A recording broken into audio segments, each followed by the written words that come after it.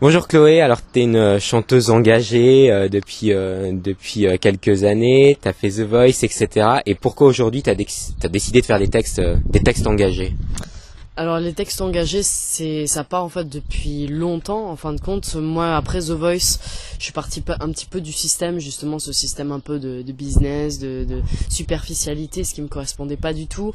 Et donc j'ai sorti un premier album, il s'appelle La Note Exacte. Et moi j'étais déjà très sensible en tout cas à tout ce qui était injustice.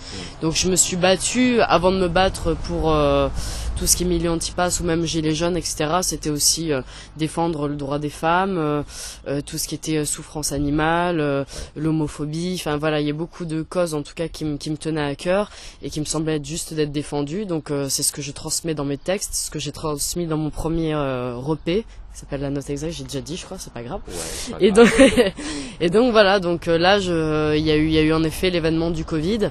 J'ai sorti un titre qui s'appelle Liberté, je crie ton nom et qui a fait un petit peu le tour de France et même d'ailleurs.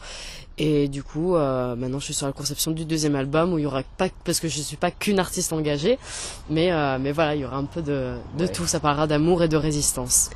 Et du coup, tu as beaucoup chanté sur les manifestations, etc. Tu es très présente.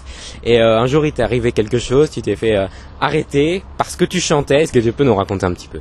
Ouais. Donc en fait, on était gare du Sud pour ceux qui connaissent Nice.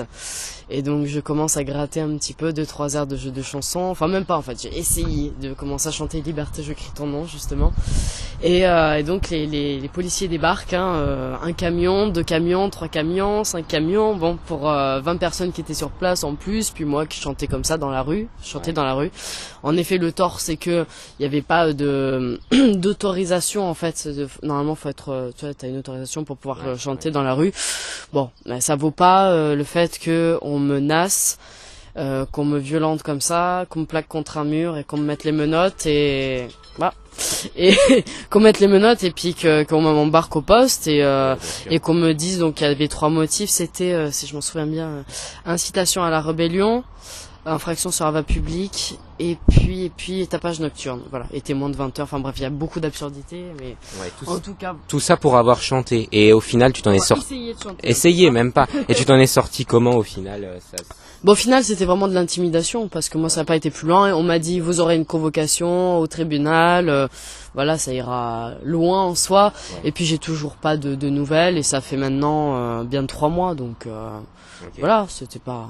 De toute façon, il y avait les témoins. Moi, j'ai les témoins, j'ai les vidéos, j'ai tout qui prouve que moi, j'ai pas été violente et j'étais juste dans le, comment dire, j'étais dans le débat. En fait, j'ai essayé de discuter avec eux en pacifiste et en étant pacifiste et humaine, quoi. Et t'as des projets à venir?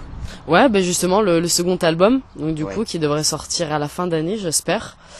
Et où il y aura Liberté d'ailleurs, et puis aussi mon dernier single, Des fleurs et des étoiles, qui devrait sortir fin de mois prochain.